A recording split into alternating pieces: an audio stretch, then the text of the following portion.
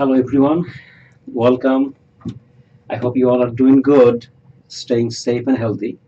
And today we are discussing chapter number 4, Swiss Network, from our CCNA to Network Academy courses. So I'm going to go again as usual, slide by slide. Each of the slides I'll be discussing, and then we go from there. Let's see, where is my right screen, teaching screen here. Chapter number 4 is here, 4.1. So this is our Swiss network from Cisco Networking Academy, chapter 4. Go here, 4.1.1. Okay. Now the first topic that I'll be discussing is the growing complexity of networks. What it means that networks, like anything else in technology, evolved. It didn't remain the same. 10 years ago, 20 years ago, what the needs of these businesses and individuals and this whole world was, today the need is not the same. Needs have changed so much. Therefore, network equipment, network technology, network methodology, strategy, everything have changed.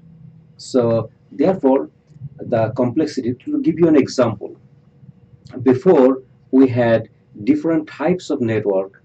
They were working together, working basically not exactly together, I would say working separately for the same company, working parallel to each other. To give you an example of that, think of 15 years ago, 20 years ago, people had the cable television. So at home, we had this cable jack where we used to have our cable TV, right? Then we had a landline, telephone jack on our wall, and we had this regular land telephone device, not the cell phone. And then, so that's two separate network right there. If we wanted to go to the internet, then we used to have the computer internet connection via the regular phone line or later on via the cable line. And so when we are making phone call, we used one type of network, the telephone network. When we watched the cable TV, we're using a different network. When we're using internet, another different network, using data transmission, sending downloading, uploading a file, sending a fax. So all those things were different. Now, in today, we don't do that anymore. Just one network. You watch your television from your Wi-Fi line. You watch your Netflix, you do your homework, whatever you do, internet communication, all go through the same network. The voice over IP, video, audio, streaming. So everything with one connection only. Therefore, everything has become digital. So this is we call it a converged network. Let's see what we are seeing here in the second screen. Legacy component. Look at this legacy component. The telephone system was different. Looking at this picture here, small PBX system. That was the telephone system. Large telephone switches. All we're talking about telephone. Wiring closet infrastructure. Next screen. Converged network. Now we say these new types of network that combines everything, combines the data, audio, video, all types of network. Your television connection, your internet, downloading, uploading digital files, you're making a phone call, all go through the same network now. One cable, just one connection. So that is a converged network. And we see some devices in here, Unified Communication Media Convergence Server, Cisco Catalyst 2960 LAN switches. So we use switches, we used converged servers, we use voice over IP, phone system. These are all some examples of today's next generation converged networks. Okay, next. Now here, more simply explained in this picture right here, I have this IP, telephone, meaning voice over IP is going to go through. Here is my email traffic. I'm sending and receiving email. Here is my video streaming. I'm doing a video conferencing, talking over the video with somebody, giving a presentation over the video. People are watching. So all of these combined with the same internet connection. That is a converged network. That is an example of a converged network. Moving on to next.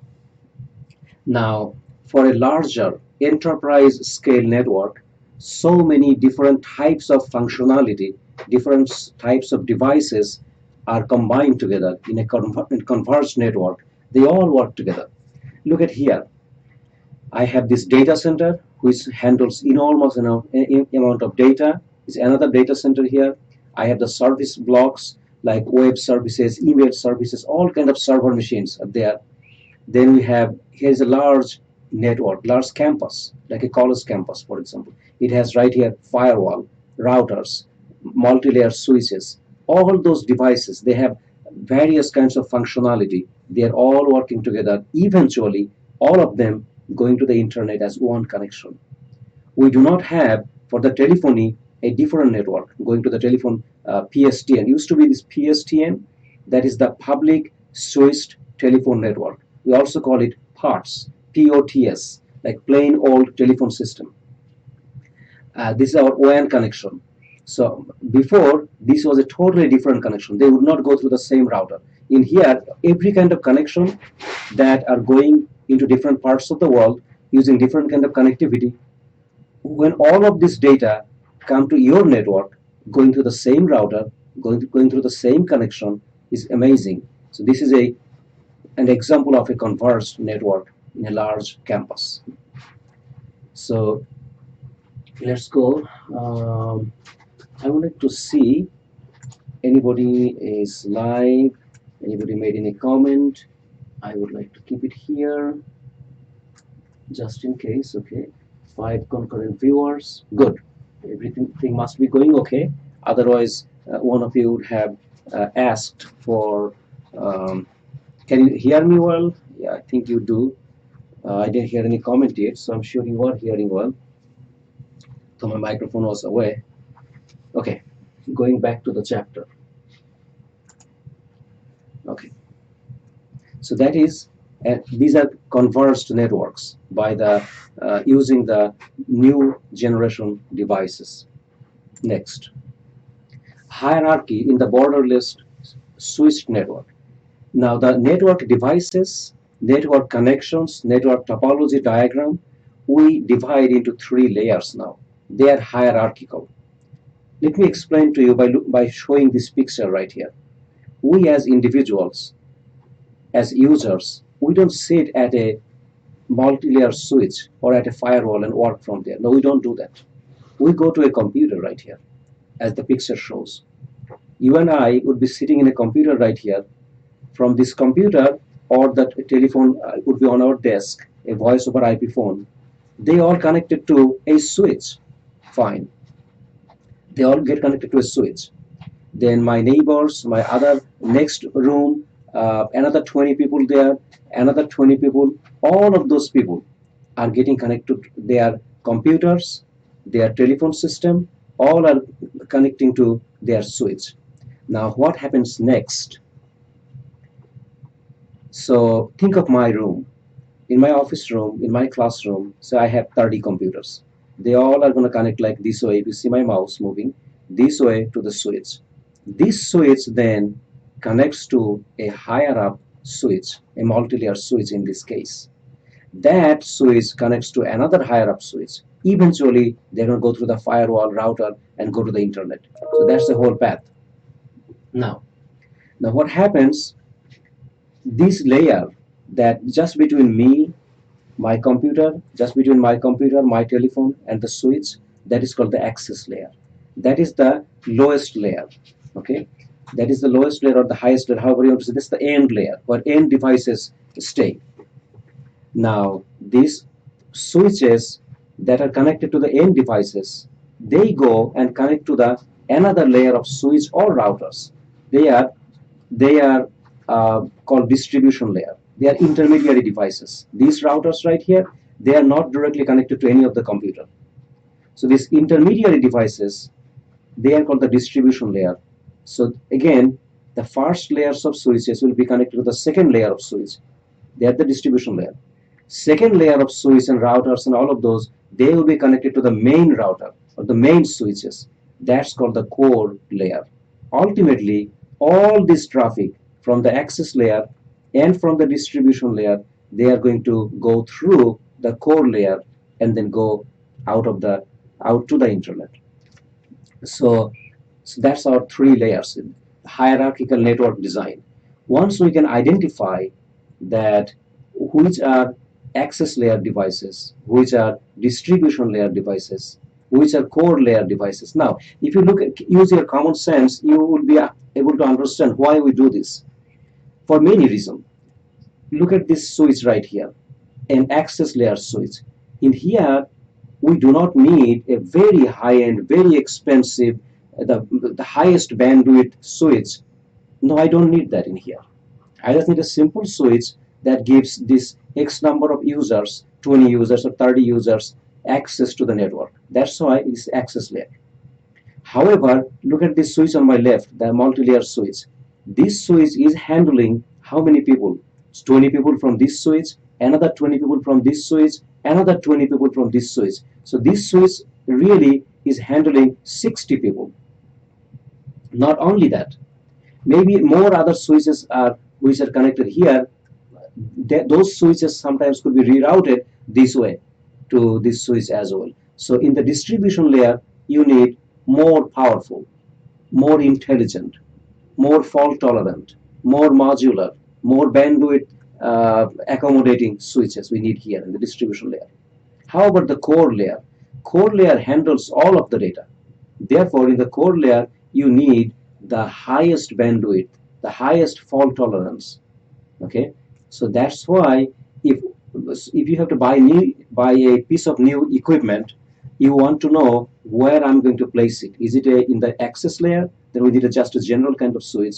In the distribution layer, more intelligent, faster switch that accommodates fault tolerance and intelligent routing. In the last layer, the core layer, you need a very high bandwidth, very high fault tolerant devices, because if one of the core layer devices fail, a big chunk of your network will be backlogged or blocked altogether, depending on how your design is, how fault tolerant it is. Okay, so we keep in mind these words: hierarchical. Hierarchical means that we have tiers: access layer, distribution layer, core layer. This categorization, that is what the hierarchy is. Okay, that is called the hierarchy. Now, modularity. What is modularity? Modularity means something that allows you seamless expansion. Like you have a switch that has 24 ports, and that has another room in there in that switch that you can add another module of 24 port anytime you want. Those switches are modular, as opposed to some other switch you cannot add more ports onto it. Whatever ports are in there, that's the fixed capacity of it. Therefore, modularity means something that is modular, something where you can add or remove module to and from. You can add a fiber module in the back of that switch. You can add a Ethernet module.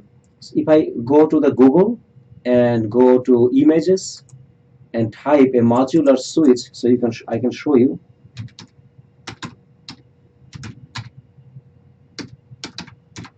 Modular switch. Now, this big size giant switches were, look at this switch. In the back side of it, these are all modules. Okay, here I can add another module here if I want to. This is empty. Nothing is added in here. I can remove this module from here. I can add, this is Ethernet. I can add a fiber module if I want. So different kind of modules can be added and removed. It's huge. It's a really good switch where I have a whole lot of modules that can be added. Okay, so going to here back again. I hope that makes sense to you. Going to the chapter number figure 2. This is another kind of design where I don't have 3 layers. I only have 2 layers in here. I of course have this access layer. I have this access layer right here. And so what is access layer made of again? It's a repeat. So to help you understand, the end user devices like computers, laptops, phones, TVs, all those kind of things, they connect to switches. That is the access layer, including these end devices and the first layer of switches. In this case, I don't have a distribution layer and another core layer. I don't have that. the core and distribution now are together because this is a smaller network. In a smaller network, sometimes you may not want that many routers and switches to make it like distribution layer routers and switches, then all add together, aggregate together to the core layer. You may not have need for that. So in that case, we call it a collapsed core, meaning only two layers, access layer right here, and then the one other layer called collapsed core, meaning distribution and core together in one layer. Okay. Now, looking at here, resiliency. Resiliency means it satisfies user expectations for keeping the network always on. How resilient is your network? Okay, it has to be always available, always providing services. Very resilient. That's called resiliency there. Flexibility allows intelligent traffic load sharing. So intelligent traffic load sharing by using all network resources. Okay, flexibility is when you have load sharing. Okay, very intelligent devices. So depending on the load, it shares with between available devices. So that is your flexibility. You have to have those consideration when you're designing a network, when you're buying the right kind of equipment. Okay, so resiliency, remember, means that it will meet your expectation by being always on, always available. Okay, flexibility is your load sharing. Very intelligent. It automatically shares the load in the peak hours and different hours, different types of traffic. It sends through the right kind of channel. So going next. Now access, distribution, and core layers. Okay, we already discussed about it. Now here's an example in this picture. Let's take a look at it. Access layer. Access layer, these regular switches, they just have stacked up switch one over other. What it means that many rooms in here, many rooms, many switches, like 10 switches are in here per se. Each switch has like 30 computers, 300 computers are being accessed here by these switches. All of these switches now are connected to this multi-layer switch right here. Okay, then another building here. Think of another building right here. Yeah, building E. So many switches and hundreds of computers in here. They are connected to another big switch right here. These big switches are distribution layer, and all these switches and the end user's computer, they are the access layer. And these distribution layer switches, multi-layer switches from different buildings across the campus, they are all connecting to a few. Not it shows us only one in the picture, but a few of these kind of switches. They will make up the core, because everything goes through the core. See the picture, all the distribution layer finally ends up being in the core. So core is very important. Core has to be very resilient. Core has to be very high in bandwidth and fault tolerance. Okay.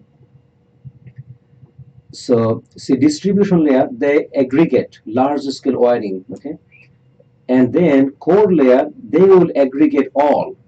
Anytime you hear the word backbone right here, backbone, you know that we're talking about the core layer. That's your key. Okay, anytime you hear that the end user, or then you think of access layer. Those are your keywords. Okay, and if you talk about intermediate, or then you think of intermediate devices, neither connecting to the end users nor being in the core. They are all in the distribution layer. Okay, so let's move on to the next. Okay, now we have to, let's do this together. What they're saying, select the definition of each term, click button 2 to continue this activity. Okay, so you have another button to write here. Okay, now let's read this. Provides a way for the network to always be accessible.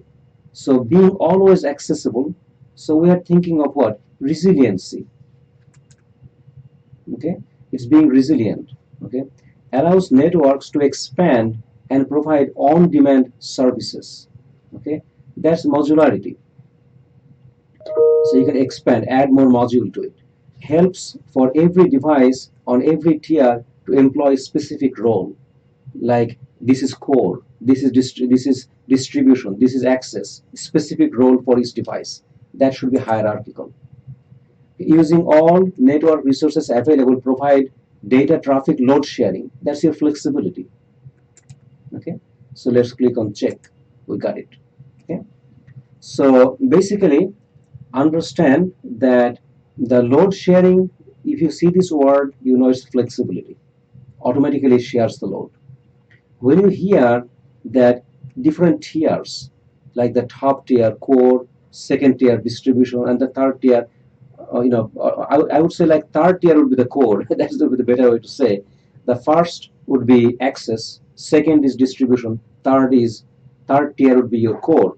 So the tier, that means the hierarchical. Okay. So when you think of this expandability, expansion, that's your keyword right here. That shows it's modular. So you can add module to it. Okay. Going next.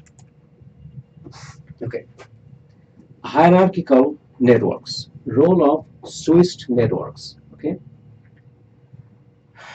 Now, in this picture, the same thing over again we're looking at. At the very bottom, this is my access layer. I have computers, printers, IP phone, all of those, and a bunch of switches right here. This is my access layer. All of them will go to the next level, next layer of switch, router, so on. This is a multi-layer switch. That means they are all switch and router. Each of these devices, this one has some ports on it, they are router ports. And this has some other ports on it, they are switch ports. This is a multi-layer switch. Right here, they are all distribution layer. Okay, there could be some routers too in the distribution layer. And then finally, all of them end up going to the main router, main switch right here. They make up the core layer. Okay, hope you understand again. Okay, next picture. It shows same picture. I don't want to spend any more time on this one. We have already gone through this. Next. Okay, now the factors. How do you select switch equipment? As a network administrator, when your company actually asks you what kind of equipment to buy, what are the things that you want to consider to make the decision? Number one, definitely cost is everywhere. You must consider cost. What is your budget? Can you afford to buy the kind of equipment that you want? If not, then go next level down and see what will do the job. May not be ideal because of the cost. So cost is a consideration. Port density. Okay. So how many ports? Think of your access layer switch. That in this room I have 40 people, and I'm going to connect all 40 people to this 48 port switch. If I want to buy just a 24 port switch, it will not do. I need a 48 port switch. Or I can buy 2 of the 24 port switches. Whichever is going to be better for me. I have to see how they're going to connect. So, port density we need to consider. Either we buy multiple switches or we buy one switch with more ports. Power. Power means electric power we're talking about. Electric power that you can plug in. Then I have this other room, maybe on the roof, on the wall, I'm going to put, not on the roof doesn't mean that outside of the roof, on the ceiling somewhere underneath. So it's indoor. So there I don't have electric connection. So, okay. So what do I do? Let's get a kind of switch that's going to have PoE, power over Ethernet. So the network port is going to also supply electric power into that switch. So I need to consider those things, whether I have power connection or not. Reliability. Okay, the switch should provide continuous access to the network. How reliable this switch is. Port speed, meaning could be 10 Mbps Ethernet, 100 Mbps fast Ethernet, 1000 Mbps or 1 Gbps, that's gigabit, okay, or even 10 Gbps or 40 Gbps fiber connection. So depending on what kind of speed I need, those kind of port speed I need to consider. Frame buffers. The ability of the switch to store frames is important in a network where there may be congestion. There may be congestion. Depending on the, what kind of server, maybe you're using streaming server in that room, you're having so much data of voice over IP. In that case, you want to make sure that this switch should have frame buffer, okay, more memory. Frame means the cache memory, having more memory to buffer the frame whenever necessary. Scalability, that if your network is going to grow fast, then you want to keep that kind of growth available. Like a modular switch you buy, you can add more modules quickly on the existing switch chassis if you need to. Okay, and if you didn't buy those, if you didn't think of that, you didn't buy the modular switch, and then now you have to expand your network all on a sudden. You need to now buy new equipment altogether. So you got to consider all of those things when buying your routers and switches and all the equipment. Okay, number 2. Look at this. These are fixed configuration switches. Yes. Why it is called fixed configuration switches? Because how many ports are in here? That's it. You could not add more ports. Okay. If it is like 1, 2, 3, 4, 5, 6, 7, 1, 2, 3, 4, 5, 6. So 12, 24. Right here is 24 port. Okay. This one is 48 port. Things like that. So these, by looking at the switches, you see there is no way to add more switches. This is not a modular switch. Fixed. Number 3. Look at the modular one. You can add a whole lot of modules here. You take one module out, put it in here. There's an empty slot. Just break this slot, or just break means like there's 2 screws here. You just unscrew it, and there will be an empty slot right here. Then you slide in another module. Okay, that's how you do it. These are all modular. Number 4. This is stackable. This is not exactly modular, but they are stackable. All of these switches together, 1, 2, 3, 4. These 4 switches together, they are acting like one single switch.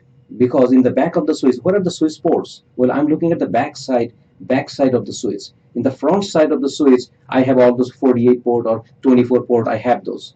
Okay, but in the back side, I have this special cable that are connecting each other in a daisy chain. Very interesting. The very first one connects to the very last one right here, and then other ports are in between, just connecting one by one. So this is how we do the daisy chaining. So they are called stackable. I could just buy one more and stack it up. That's how they do. Okay. Next. Now, here I am looking at this activity, selecting the switch hardware. Okay, selecting the switch hardware, and I am going to go affected. Look at the reading right here, and then select from here one of those categories. Affected by the number of network devices support. So how many network devices do I have to connect to the network? That means port density, talking about how many port that switch should have. So let's bring port density in here. Okay. Redundancy through PoE. When you say PoE, what does PoE means? Power over Ethernet. That means we're talking about power. Okay, put the power. Okay. How fast the interfaces will process the networking data. So how fast? Clearly port speed. So speed goes here. Continuous network access. So it has to be always on. That is resiliency. Okay, resiliency, reliability, same thing. So reliability. Then the affected by the number of interfaces, features, and expandability. So number of interfaces, what kind of feature it has, how expandable it is, all those things combined together, that should be the price. That price is a big, what kind of feature you want, definitely talking about price. The capacity to store frames in the cache, that's the frame buffer. Next, ability to adjust to growth of the network users. Okay, so adjusting the growth. So in that case, what we're talking about, anytime we think of the company growing, multiplying, we call it scalability. Okay, how scalable it is. Okay, switches with adjustable switching line port cards. So when you have the line or port cards that like can add another port on it, add another card to it, they call it modular. So here is module I can add. Okay, Switches with preset features and or options. You cannot do any change. Whatever is preset, that's all you have. That's called fixed configuration. Another one, last one, is daisy chain switches with high bandwidth throughput. You can do daisy chain, just chain up many switches together. That's called stackable. Right here. Okay. And then next. Okay. Switching as a general concept in networking and telecommunications. Okay. This one is showing the old switch. Okay. Destination address and port number. In the modern switch, we have something called a CamTable, C-A-M. Okay. And or we call it MAC address table. There is the port number and the hardware address or MAC address. Okay, switches have that. Switches have a table. Okay, and let me see. We're gonna talk about. We need to know this terminology: ingress port. What is ingress? I-N-G-R-E-S-S. Ingress port. Ingress port means the port that is the source port, the port that through which the data is coming into the switch. That's called the ingress port. And then one other word that called egress. I don't know, right here. You see, I highlighted. Okay, E-G-R-E-S-S, egress. Ingress versus egress. Egress port meaning the port that it has to exit out. So ingress means coming in, egress means exit. So now, in the switch table, we only have a table that shows port number and the hardware address or MAC address. Okay, port number and MAC address, port number and MAC address. I'm sure it's going to show in some slide here somewhere. Okay, here we're talking about this content addressable memory, CAM. Content addressable memory, CamTable. In the CamTable, what you have is what I was talking about. Each port of the switch, and in that switch port, what computer, what MAC address, what hardware address is connected to. Okay, so it will be, if I go to the Microsoft Word and I draw a table for you, I go to the insert table like this. Okay, and I type here port number,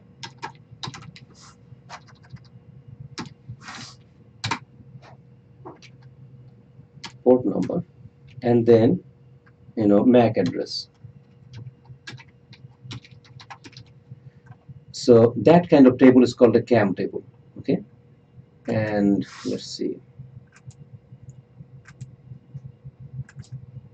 So on my port number 1, I have a computer.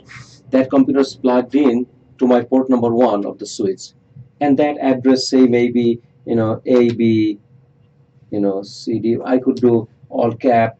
Normally, it's preferable to do it in the small writing, but we'll do it in the cap, all caps. No.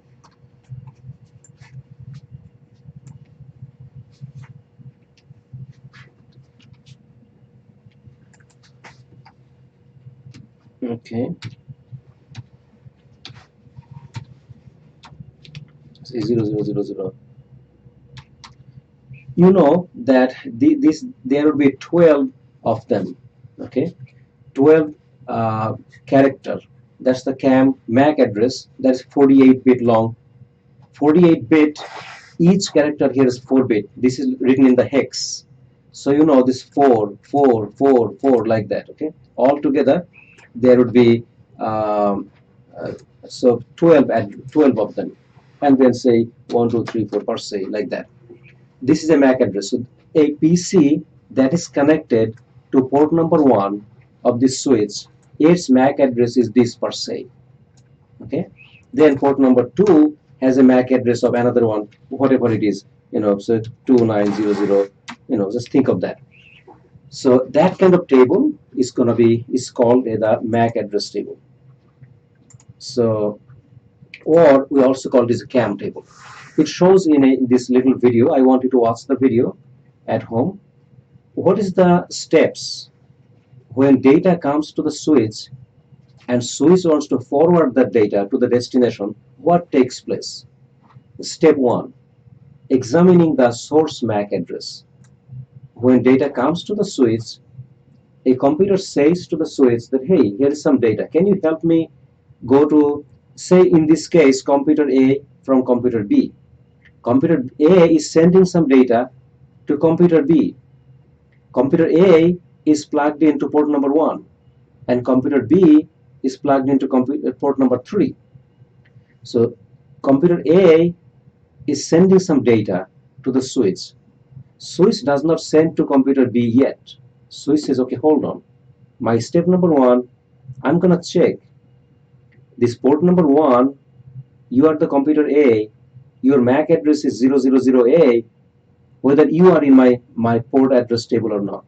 If it was not there, MAC address table. If it is not there, then first thing is going to do, add that address. So port number 1, MAC address 000A. It's going to add that. Then say, okay, now I added your credential. I added your MAC address. Now let me see what you're asking. What do you want me to do?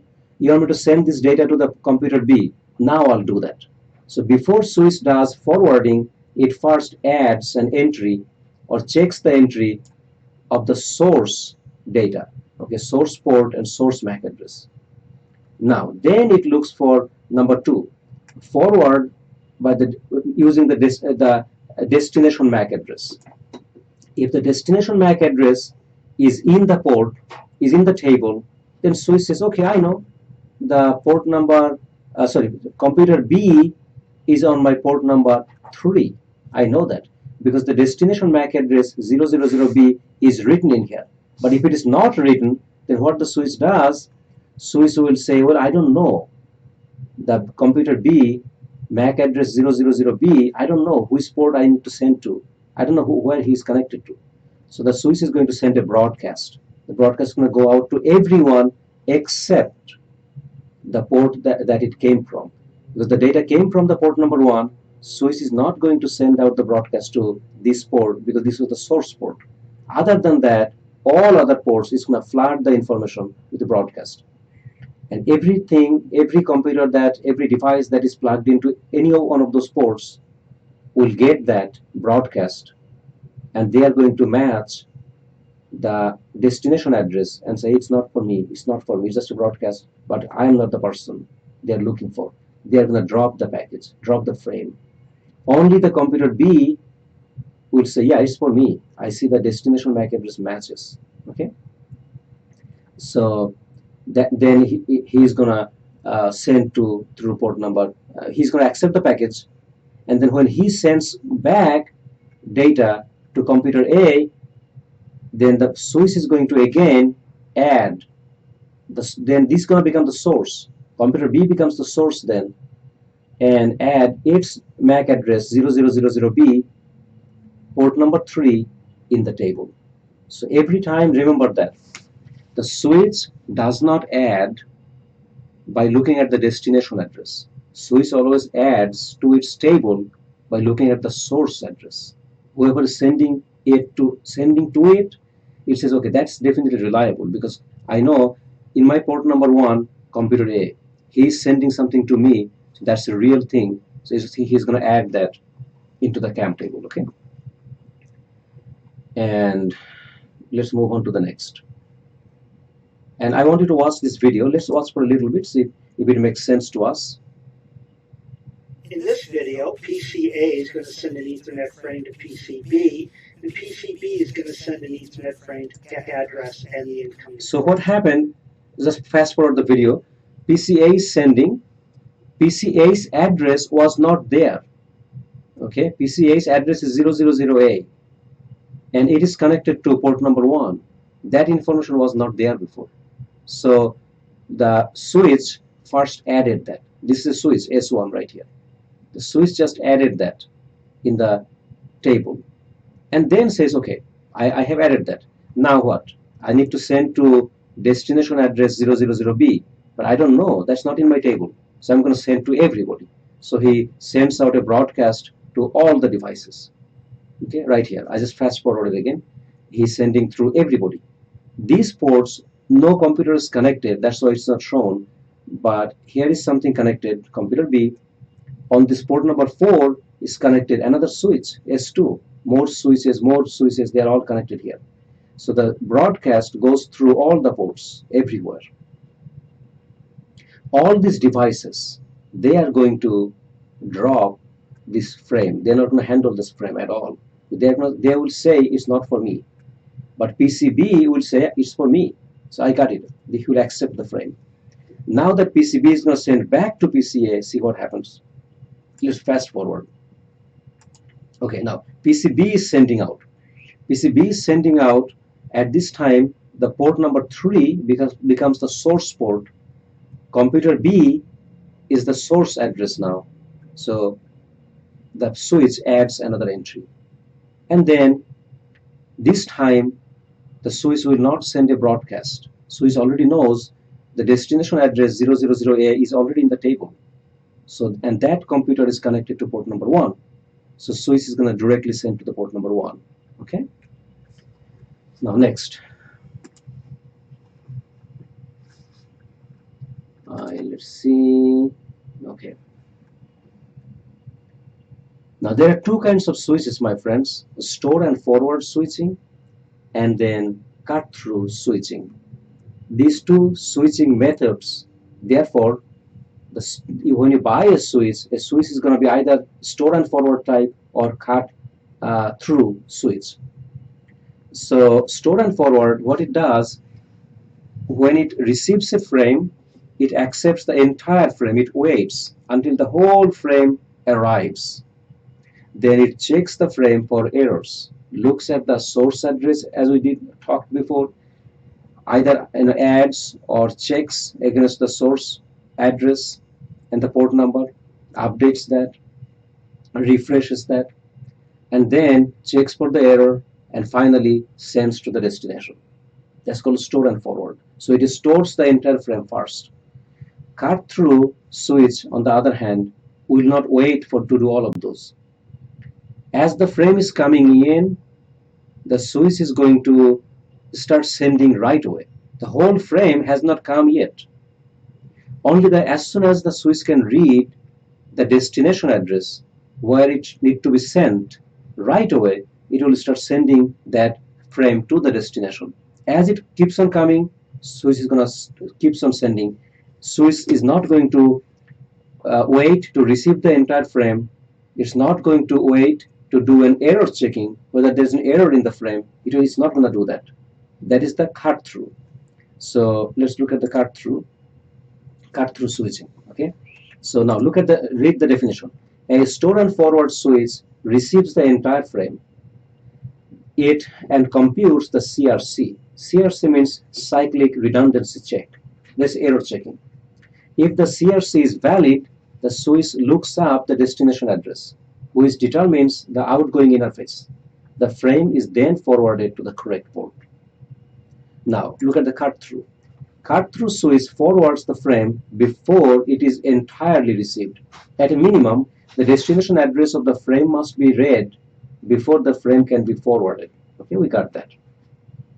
Now, let's move on.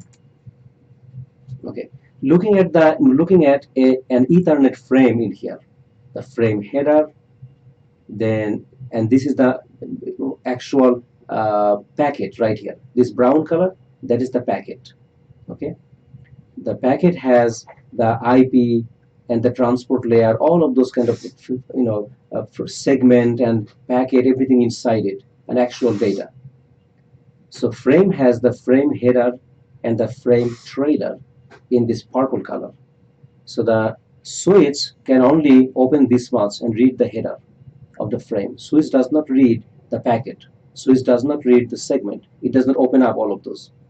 So switch looks at the frame header and reads the destination address, the source MAC address, and all of this header information. And then at the end, it does the error checking, CRC, okay? Cyclic redundancy check. Okay, and frame check sequence, that is the field right here, FCS, that is the frame check sequence. Okay, that is what is used to do the CRC, cyclic redundancy check. So now that is store and forward switching. It's going to do store the whole frame, check the error, and then send. Okay, cut through only is going to read this much. As soon as from the beginning, just this destination MAC address. So 8-bit of and 8 byte and 6 byte of destination MAC address, this 14 bytes. As soon as this 14 bytes comes, so it says, okay, I know where to send. I have not received the whole thing yet, but I'm going to start sending right away. Okay, that's the cut through switching. Okay. But some advantage and disadvantage of that, I'll discuss it with you a little bit first. One of the advantages of the store and forward switch is that error checking. The not fragmented frames will not be forwarded. If frames with errors will not be forwarded, so you're going to be saving bandwidth. Network bandwidth is not going to be used unnecessarily. However, store and forward switch is slow because it holds the frame for a long time, checks and all of those. Therefore, it's going to be slow in making switching decision. On the cut-through switching, on the other hand, it's going to make the switching decision fast. As soon as it comes, it starts sending. So that, however, it's going to send frames with errors. It's going to send the frames that are like fragmented, like not a whole frame, it's just a broken frame. Anything and everything is going to start sending. So it's going to make switching decision faster, but it's going to use up the valuable bandwidth. And so because all the error and mistaken frames will be also sent. So network is going to be more busy. It's going to keep on sending, and those frames is not going to be of no good because the destination computer is not going to be using them. Therefore, they will have to be resent. So both have advantage and disadvantage. Okay. So next. Okay. Now, looking at this, we are going to check the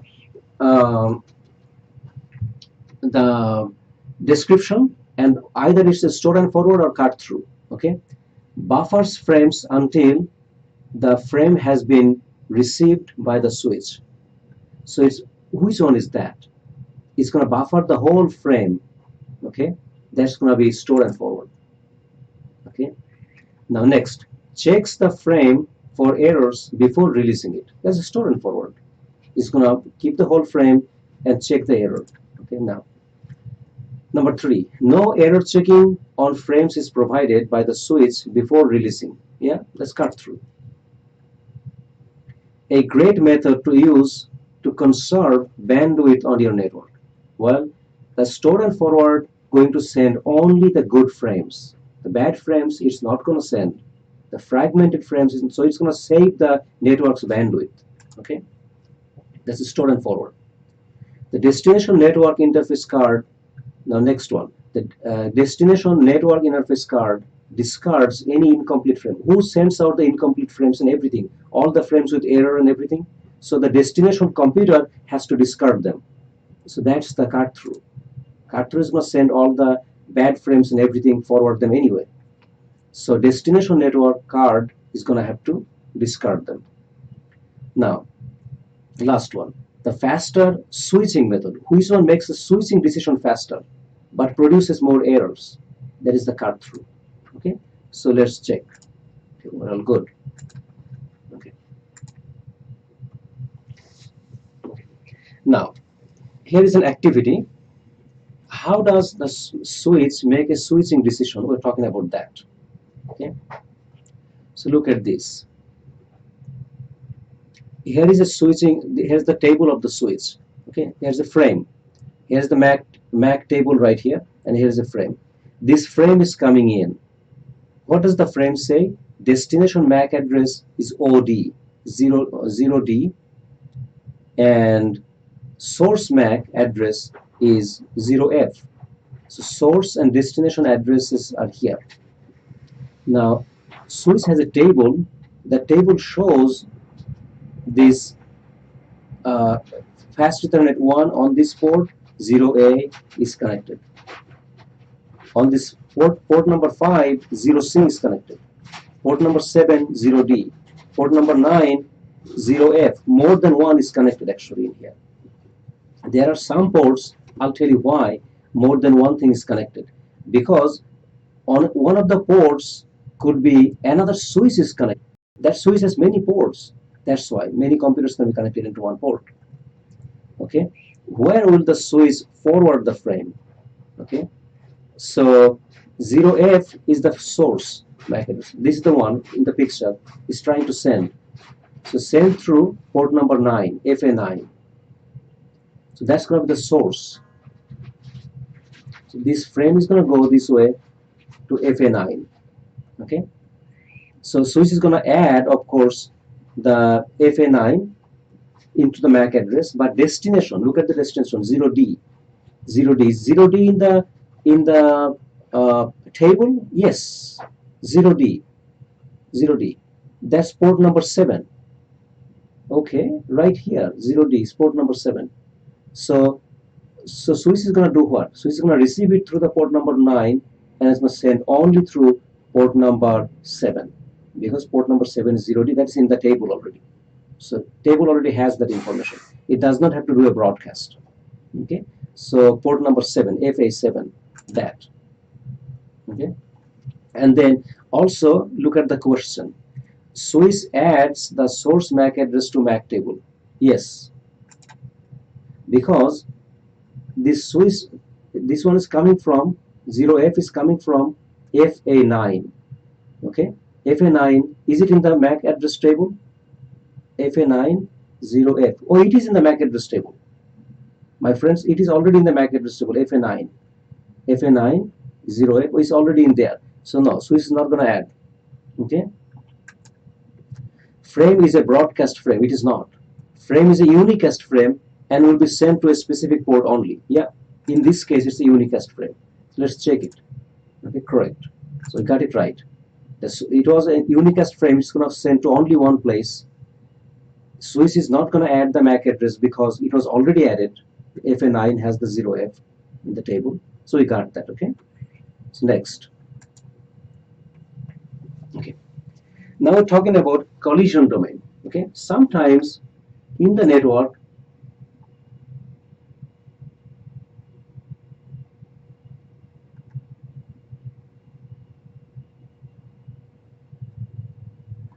got a little bit error message from YouTube. Are you all receiving, watching this video, understanding audio, video, everything going smoothly so far or not? YouTube telling me YouTube is not receiving enough video to maintain smooth streaming. As such, viewers will experience buffering. I don't know, but if everything's going okay, then it's all good. If something is not going right, let me know. Write a comment. Okay. Okay. Here is a collision domain. So collision domain is, in the old days, we used to use hubs instead of switches. Hubs used to be sometimes half duplex instead of full duplex. Hubs used to be actually half duplex. And then hubs, they create enormous amount of collision because if a hub has like 8 port or 16 port per se, all 16 port act like one port because all 16 computers are going to share only one channel, only one wire per se. So there will be lots of collision. When 2 computers or 3 computers, one are sending data, they have to take turns. Otherwise, their data is going to collide. If one computer is sending out, another computer is sending in, then there will be collision. Okay, so because it's half duplex, sending and receiving is not at the same time. So, but when you are using modern switches, they are full duplex and they do not produce collision, because if you have like 16 port, switches have 16 separate dedicated wire in it. 16 separate channels are in there. That's why there is no collision. Each port has its own hardware channel go through. So nobody's going to collide with anybody. That's why switches are more expensive. Switches are more sophisticated than hubs.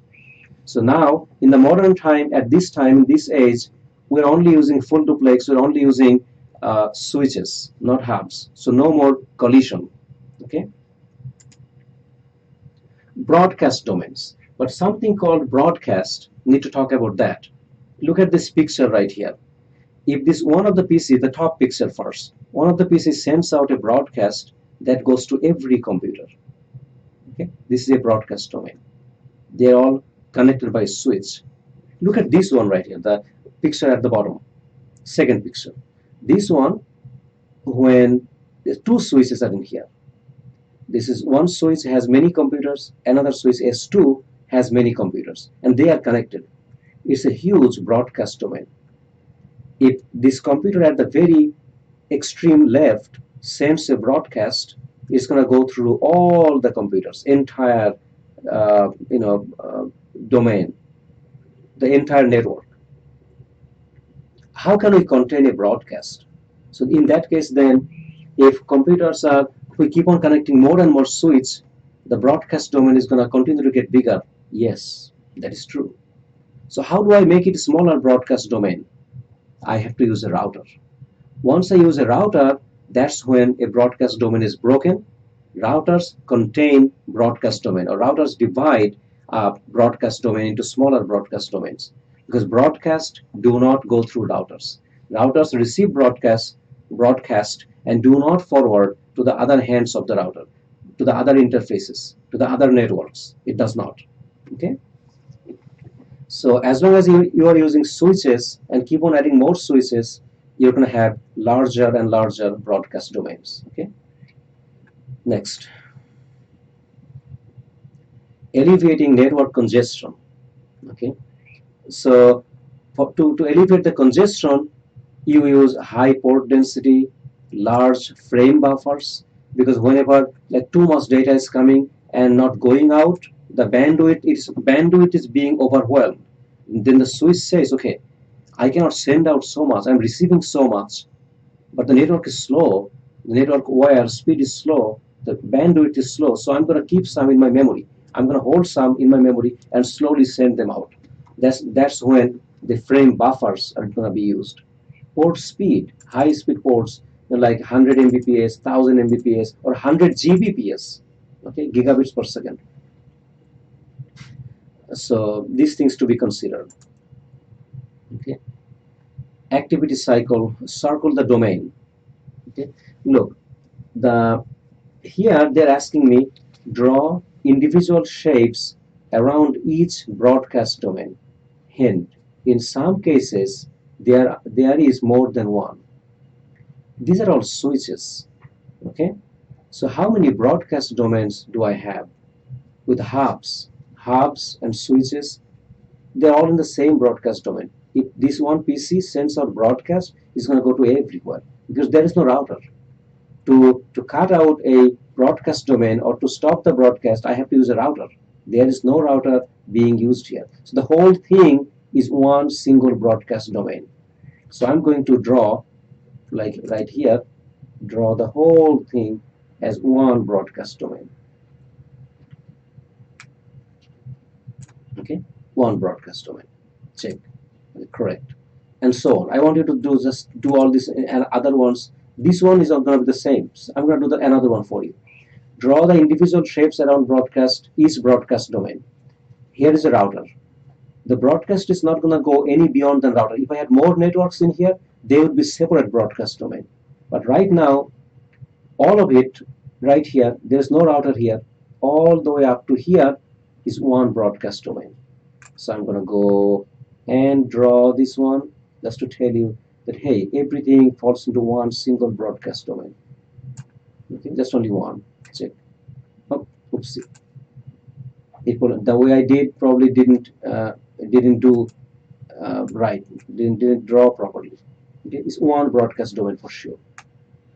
There's not two broadcast domain. There. Let me see. My drawing is not, yeah, correct. So I was not drawing properly. So it is a single one broadcast domain, but you have to include the router. Okay, router interface together, it's a whole one broadcast event. Same way you can do all of them, and just if you didn't know how to do it, click on the answer, and it's going to show you the answer. So I'll move on. Okay, classroom design. Okay, syntax checker, activity reviews, basic router configuration. Configure the Swiss hostname to be, okay, this is nothing, you guys all know that.